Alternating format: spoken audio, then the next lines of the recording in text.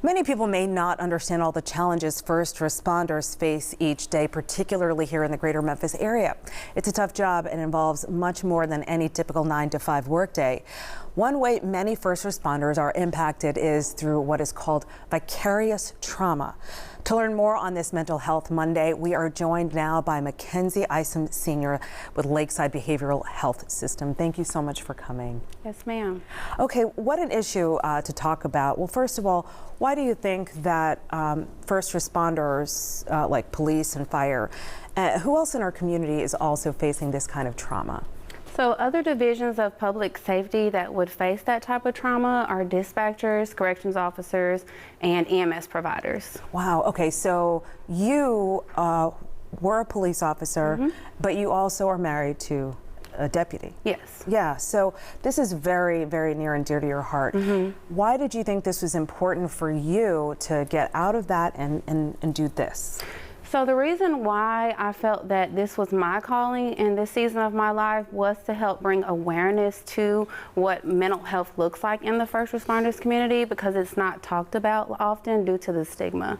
Right, and how does it, so somebody is experiencing someone else's pain during work, and then they have to leave and go home. How does this impact people in their personal lives, first responders? So vicarious trauma alters their reality in a sense, and what that looks like, if there are not boundaries set between their personal and professional lifestyle, it can bleed into the way that they make decisions. And so that looks like living in a heightened awareness state 24/7 and possibly not wanting to visit certain areas of town due to the amount of calls they received in those areas or the violent crimes of scenes they responded to. And even with the family dynamic, they become overprotective of their loved ones, which can cause a strain on relationships, with the paranoia of them becoming a victim of a violent crime while out in public, or it's the opposite. And what that looks like is being disconnected and lacking empathy for their loved ones. Right, and so, I mean, I guess in your day today, you're hyper-focused on this one thing, and then you have to go back. It's almost like, you know, when the military comes back home.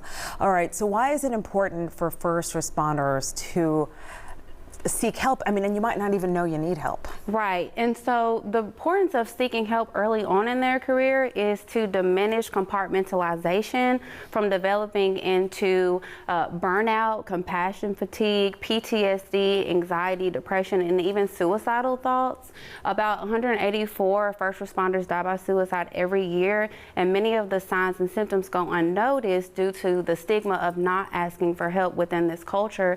And that's why we have been very diligently working with the first responders community to create a vicarious trauma training on an annual basis during their in-services to create that shift that's needed to make awareness within that community. And it's interesting you say compartmentalization, and I could never compare, you know, myself being out as a reporter, you know, and seeing the trauma of somebody who lost a child and talking with them.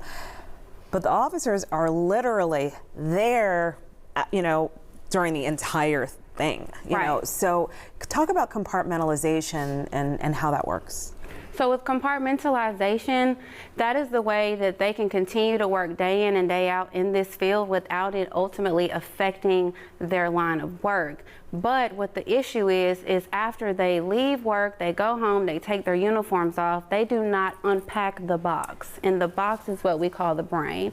And at some point, their box can explode or becomes overload sensory to where they begin to have intrusive thoughts, and it affects everything about their behavior, their eating habits, and that's where the depression starts to develop. Let's talk about training. What is available for first responders? So right now, Charles Winton and I, who is the director of the Oaks program that we opened about 2 years ago for higher functioning professionals such as first responders. At Lakeside? At Lakeside, So it's our outpatient office that we have in East Memphis.